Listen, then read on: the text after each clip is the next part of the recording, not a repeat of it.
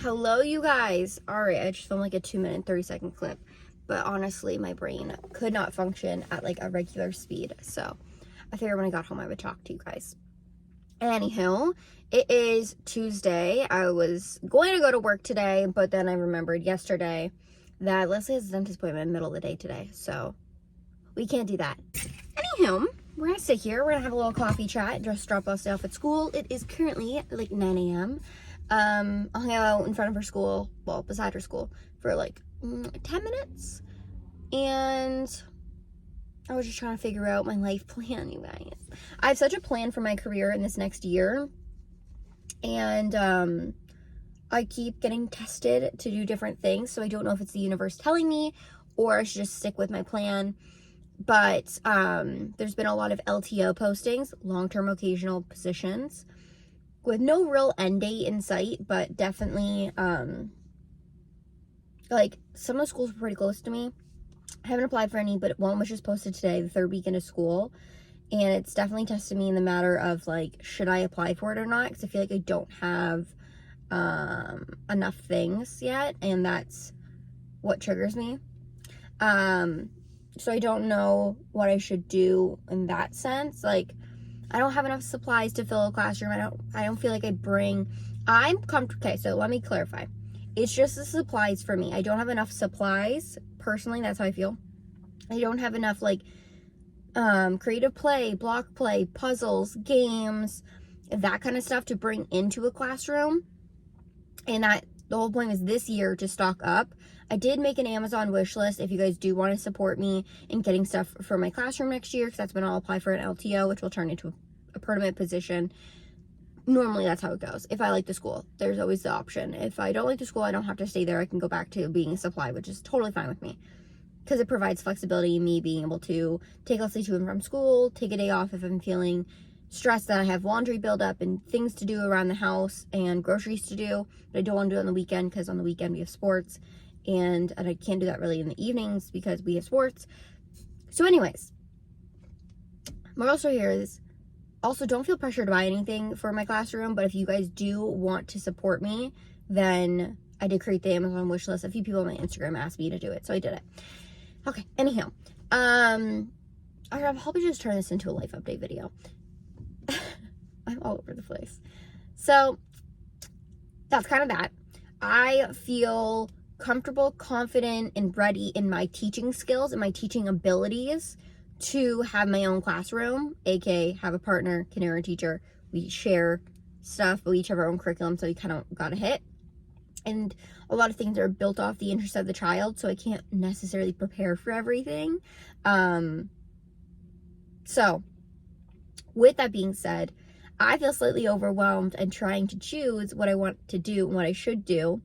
I also don't have before school program for Leslie because they were all full. I'm literally on the wait list, and she could get it anytime, but till then it's kind of just like a up in the air situation. So I'm relying on my family, which has been amazing, but how long can you rely on your family at the same point too, to like take on an extra task of like you as a single mom? But they literally just like do it out of the kindness of the heart, and they have no problem doing it. But still, while I was in school, my dad was off on a work-related injury. I think I talked about that before. He fell 4 to 5 feet from his work truck and dislocated his elbow, had 3 fractures, tore all of his nerves, and had like a 2-year recovery period. Still, he'll never make full recovery, but he's back to work now. So while I was doing my 2-year college program to become an early childhood educator, he was amazing with helping me with placements, and truly was the one that I was able to successfully finish school. So I'm so internally grateful. The universe definitely had a plan, an unfortunate plan for him, but it was definitely a plan that like made me feel encouraged to do it. My first semester was online, so he didn't fall and hurt himself till I was like close to like my placement days, basically. Something along those lines. It was like a month or 2 months off, 3 months off. I'm not quite sure. Anywho, so yeah, I did my placements in kindergarten classrooms, and that made me feel really ready. I took a lot of knowledge in, and I like took pictures of things so like I would remember. But yeah, now I have my dream job with the school board, and it has honestly been amazing so far. I have such a great support systems, and I feel really good about it. It's just I feel very tested in, do I apply for the LTO? Is this what like is supposed to be happening, or do I stick with my original plan and just go for LTOs next year, and then this year just like gain up a lot of experience and comfortability? So I don't know. I'm also supplying in all different schools, so I get to be in different schools, see the different staff, get to know them before I blindly accept an LTO and hope for the very best. So yeah, it's a little bit nerve-wracking, but I've also built a lot of relationships already so that I will get requested in for days off for a lot of people, which also makes me feel really good. So yeah, you guys, like, I have a pension, my benefits start up soon. Like, I've truly set myself up for success in being a young mom, and that is something that like I thrive to do. I was hanging with family on the weekend, and they're like, you truly said that you were going to beat the statistics and beat the teen pregnancy stereotype, and you truly did. And I did, and I talked about that a lot on Instagram, the percentage of people that I got accepted, early acceptance into university to get my bachelor's degree. But because I got my dream job, there was no point of me having a bachelor's degree. So far, I mean, maybe down the road I'll get one, but for right now, it's not worth putting myself in more student debt, like $26,000 more in student debt. And that's just me being 100% realistic. I was going to go for my bachelor's degree because my one friend was, so I at least had like somebody to do it with. But I was also doing it so I could get into the school board because that was the dream. But I got in. I had the job interview before I even finished school. Like, they took their leap of faith with me, and they truly loved everything I brought to the table, and the interview process was very lengthy and intense. I also had 2 other interviews that week for other jobs, but yeah, I really did do it, and I did work in a daycare for a hot minute, but I knew in my heart of hearts, like, the daycare, I was a supply daycare and supply child, I'm trying to get correct terminology because I hate the word like daycare teacher. I was supplying as an early childhood educator, of course, in the childcare center. I'm trying to get all my words. I feel very flustered. And it wasn't for me. I didn't love it. Sure, the kids were great.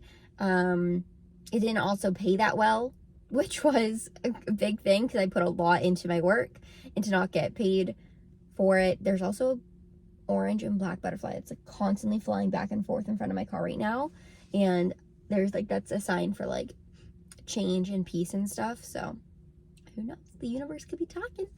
But anywho, yeah, on my last shift there, I was unknowingly knew this was my last shift. The daycare kind of fucked me over, I'm not gonna lie to you guys, but anywho, on my last shift there, I was like, Miss Santa's not happy with you right now, and he was like the little boy was just so confused on why I was like Miss Santa, because I'm in the childcare center, you were your first name, like Miss Abby, and I was like,